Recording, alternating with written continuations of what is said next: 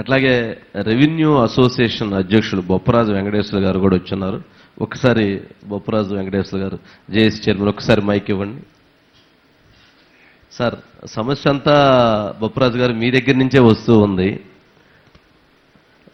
లేదండి, చెప్పాను, కొందరు ఉంటారు, ఆయనకి అందరూ కాదు, కొందరు ఇబ్బంది పెడతారు.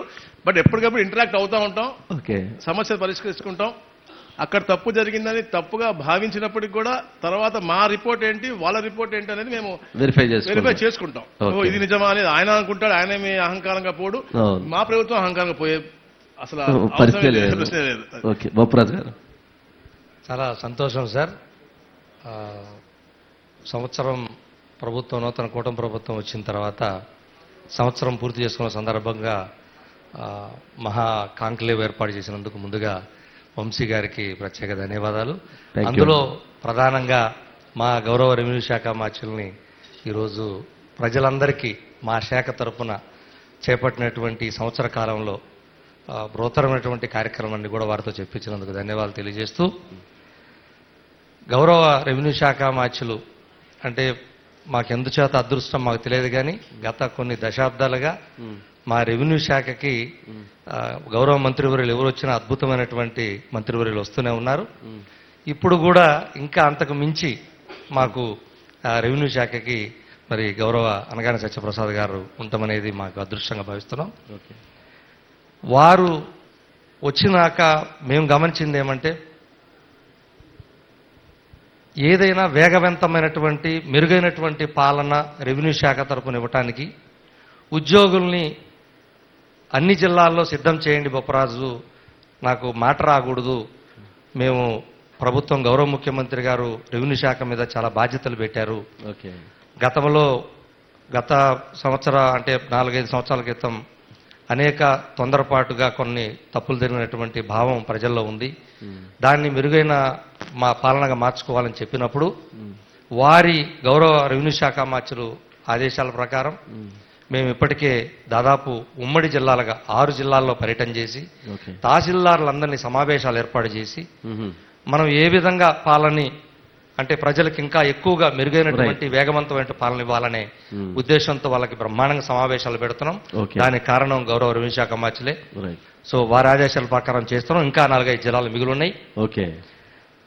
వారు తప్పకుండా ఈ వేదిక సాక్షిగానే మేము చెప్తా ఉన్నాం.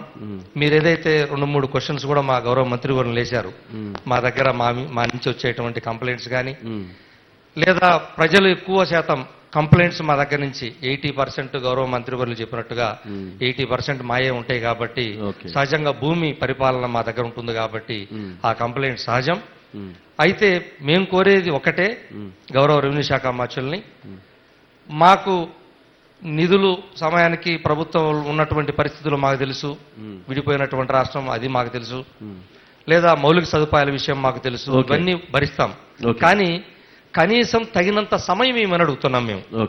ఇప్పుడు రీసర్వే ఇంతకు ముందు పెద్దలు చెప్పారు, అలాంటి రీసర్వే 150 రోజులు దానికి టైం బౌండ్ పెట్టుకుంటే 50 రోజులు పూర్తి చేయండి అని చెప్పి అనధికారికంగా చెప్తున్నారు. సో ఈ తప్పులు జరగటానికి తొందరగా టార్గెట్లు తీసుకోవాలనేటువంటి ఒక దీంతో పొరపాట్లు జరుగుతున్నాయి.